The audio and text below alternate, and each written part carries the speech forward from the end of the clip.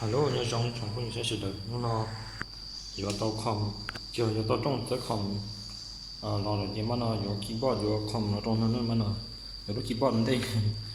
nó yếu keyboard cũng chỉ yếu tố advice nhớ rồi sẽ nằm sai lầm tao các bạn nhìn xem nó thay nó mới sai mua cho ít tiền rồi thế là chỉ nó chỉ cho phá thôi họ cái yếu nó mà bị kia để pen board nó mua cái sản thôi nhớ số rồi mua cái sản thôi nhớ số tiềnก็จะได้ก็อยู่แต่ก็จะได้เจ้าหล่อนะที่ตัวที่มีนะก็บางทีสุดเดียวในยี่ห้อ Deluxe นะอย่าเฉพาะในอย่างที่เชื่อชีใช่ไหมเดี๋ยวเนี่ยโอเคด้วยหัวหม้อถ้าจอดนอนเดียวหัวหม้อจะใส่นั่นแล้วคีย์บอร์ดก็พอจะหรือถ้าเราส่งลงมันก็เยอะแล้วก็เยอะเป็นสามเราเนี่ยอย่างที่บอกเลย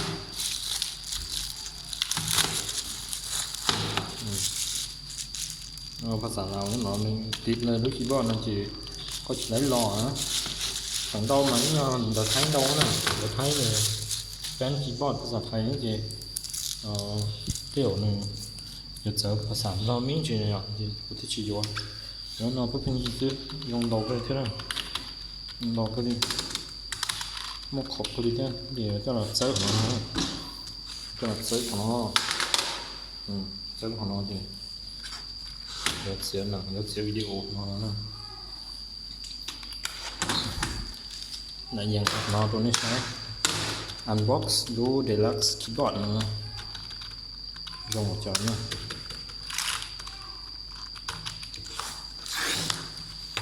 นี่ก็เป็นยี่สิบในตัวที่จะตัวshow đi chỉ cho phá rất chỉ dùng dầu cái gì nữa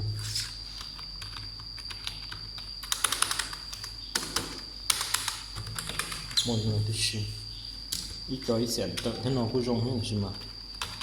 mình chỉ phần đó này keyboard thái là mình chỉ môi nó này đến đến nhọn có mày rồi phimภาษาลาวkhông thể cho nó to nó lúc không nóแล้วก็เปลี่ยนภาษาฟอนต์อังกฤษตัวลาวอย่างก็เหลาเนาะที่บอกแล้วเนาะกูรู้ตัวน้อยแล้วที่บอลญี่ปุ่นนะสินะในใจโดยจะนอนเดี๋ยวมองnóเสียบตัวnóเสียบนะเดี๋ยวลิ้นเชื่อมกันโอเคตอนนี้เราunbox กูรู้keyboard นี่เนาะ是试一次贴呀是试一次มันเป็นเหนียวเนาะมันอยู่เตาชิกิเลยเนาะคุ้มค่าเนี่ยจำเป็นอยู่ยาวกี่อ่ะแล้วเราชี้จะผ่านเนาะ是 OK 的啦那就กี่เราชี้จงเนี่ย keyboard เนาะเนี่ยมั่วอันนี้กันน้ำใสอ่ะบอกเนาะค้างสิในตัวเนาะอยู่ในเป็น20เราจะจงแล้วในติดตามประเทศอย่างเราจะ